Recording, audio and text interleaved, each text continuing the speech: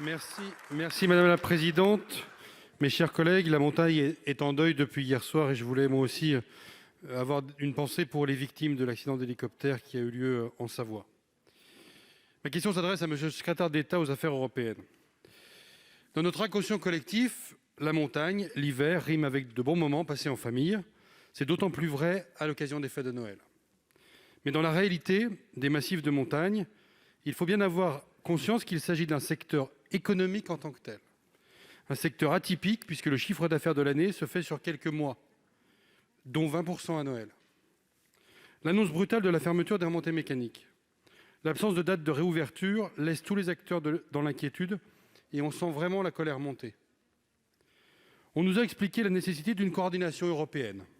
L'Autriche, la Suisse, avec laquelle nous avons des domaines skiables communs, et peut-être d'autres pays européens laisseront leurs infrastructures ouvertes aux vacanciers, comme ils ouvriront leurs restaurants. Monsieur le Premier ministre, c'est le cas dès demain à Genève.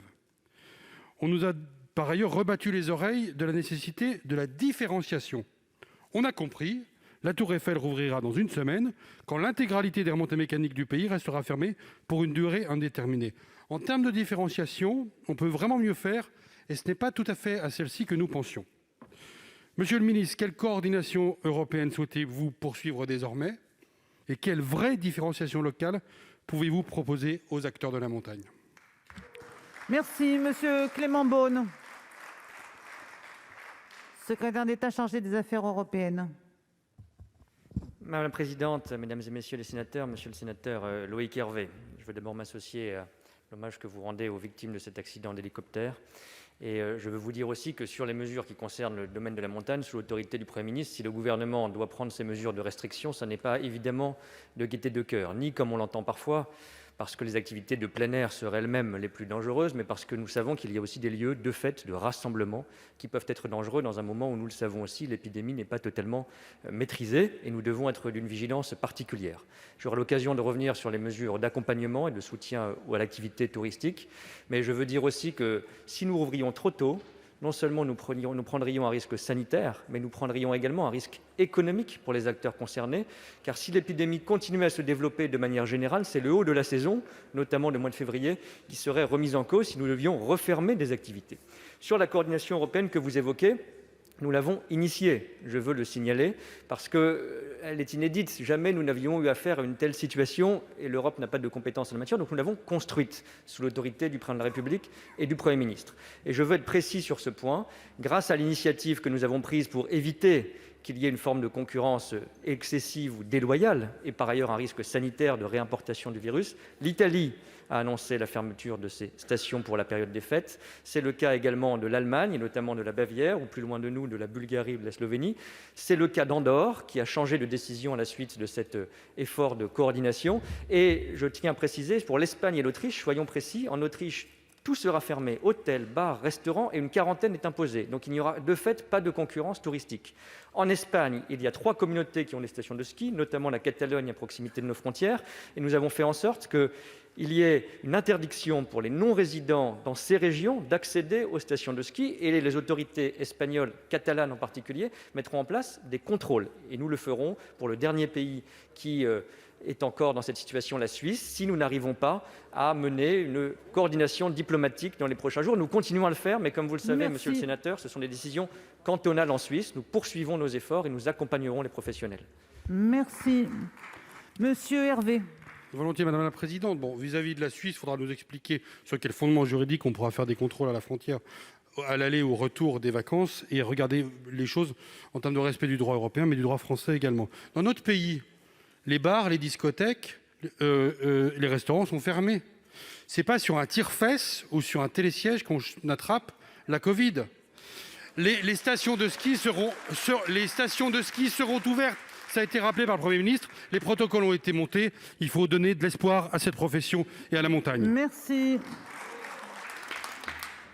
Ma question s'adresse à Monsieur le Premier ministre. Monsieur le Premier ministre, 15 jours après les annonces décriées du Président de la République, le monde de la montagne reste encore dans l'incompréhension de voir ses remontées mécaniques fermées, pendant que la Tour Eiffel ou le téléphérique de la Bastille à Grenoble rouvriront prochainement leurs portes. De qui se moque-t-on ? Le décret paru ce week-end permettant l'accès aux remontées mécaniques à certains usagers, tels que les licenciés d'une association de la Fédération française de ski, a suscité beaucoup d'interrogations. Comment mettre en œuvre concrètement une mesure si discriminatoire qui engendrera une grande frustration pour les vacanciers privés de ski pendant qu'ils verront les membres des clubs locaux s'entraîner ? Au-delà, on peut douter de la viabilité financière d'une telle opération lorsqu'on sait que le fonctionnement d'une station de ski peut frôler les 45 000 € par jour. À 15 jours des vacances de Noël, nous avons besoin de retrouver de la confiance et de la visibilité à 3 niveaux. Une visibilité temporelle tout d'abord. Les remontées mécaniques demeurent le seul secteur qui ne bénéficie d'aucune perspective quant à la date de réouverture. Quels sont les critères et les seuils qui détermineront cette date ? Une visibilité organisationnelle ensuite. Vous enjoignez aux maires de sécuriser leur domaine skiable pour permettre la pratique d'autres activités. Là aussi, de grandes incertitudes demeurent sur les activités en question, notamment celles des jardins d'enfants situés en front de neige. Il est indispensable de délimiter la responsabilité des maires et de permettre un maximum d'activités dans les meilleures conditions de sécurité possibles. Enfin, une visibilité financière. Là aussi, de grandes incertitudes pèsent sur les modalités de compensation de pertes d'activités saisonnières qui réalisent leur chiffre d'affaires annuel sur 4 mois seulement. Monsieur le Premier ministre, la saison d'hiver est très courte pour bon nombre de stations qui fermeront leurs portes dès le mois de mars. Le temps presse, donnez-nous des réponses. Merci.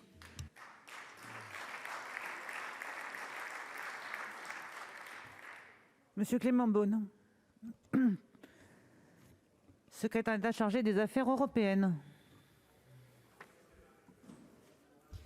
Madame la présidente, mesdames et messieurs les sénateurs, madame la sénatrice Sylviane Noël, je veux, en rebond sur la question précédente aussi, et puisque vous inscrivez dans son prolongement, dire que nous avons bien conscience qu'il ne s'agit pas des activités directement en plein air qui sont dangereuses, mais des rassemblements qui, de fait, peuvent avoir lieu chez les particuliers.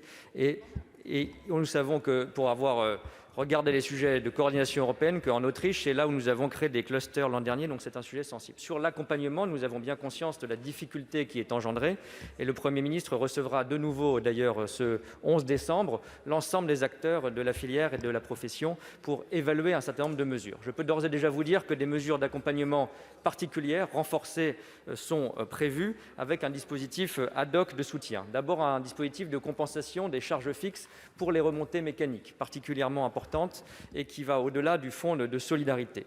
Nous sommes également ouverts à examiner l'extension du fonds de solidarité, les fameuses listes S1 et S1 bis, à des zones territoriales entières pour couvrir l'ensemble d'activités commerciales, et y compris les agences de location saisonnières, et leur ouvrir pleinement l'accès au fonds de solidarité. Un fonds de garantie des pertes fiscales des collectivités concernées est également à l'étude.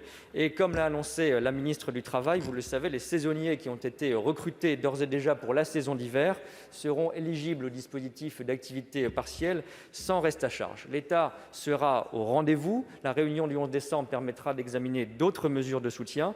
Et puisque vous l'évoquiez, d'autres activités, puisqu'il n'y a pas que le ski alpin qui est concerné, seront ouvertes. Et la question des jardins d'enfants fera aussi l'objet de mesures d'ouverture, comme vous le savez. Je le dis, l'objectif est d'arriver à une ouverture progressive pour que nous n'ayons pas de fermeture à faire. Si nous rouvrions trop tôt, nous mettrions en danger, y compris la santé économique des stations. Jean-Baptiste Lemoyne, Jean-Michel Blanquer et Sarah Lahiri travaillent aussi pour favoriser la reprise des classes de neige à partir du mois de février, qui est le principal mois de l'activité touristique et économique, comme vous le savez. Enfin, le gouvernement lancera avec Atout France, mon collègue Jean-Baptiste Lemoyne s'en charge, une campagne de communication et de promotion pour l'hiver.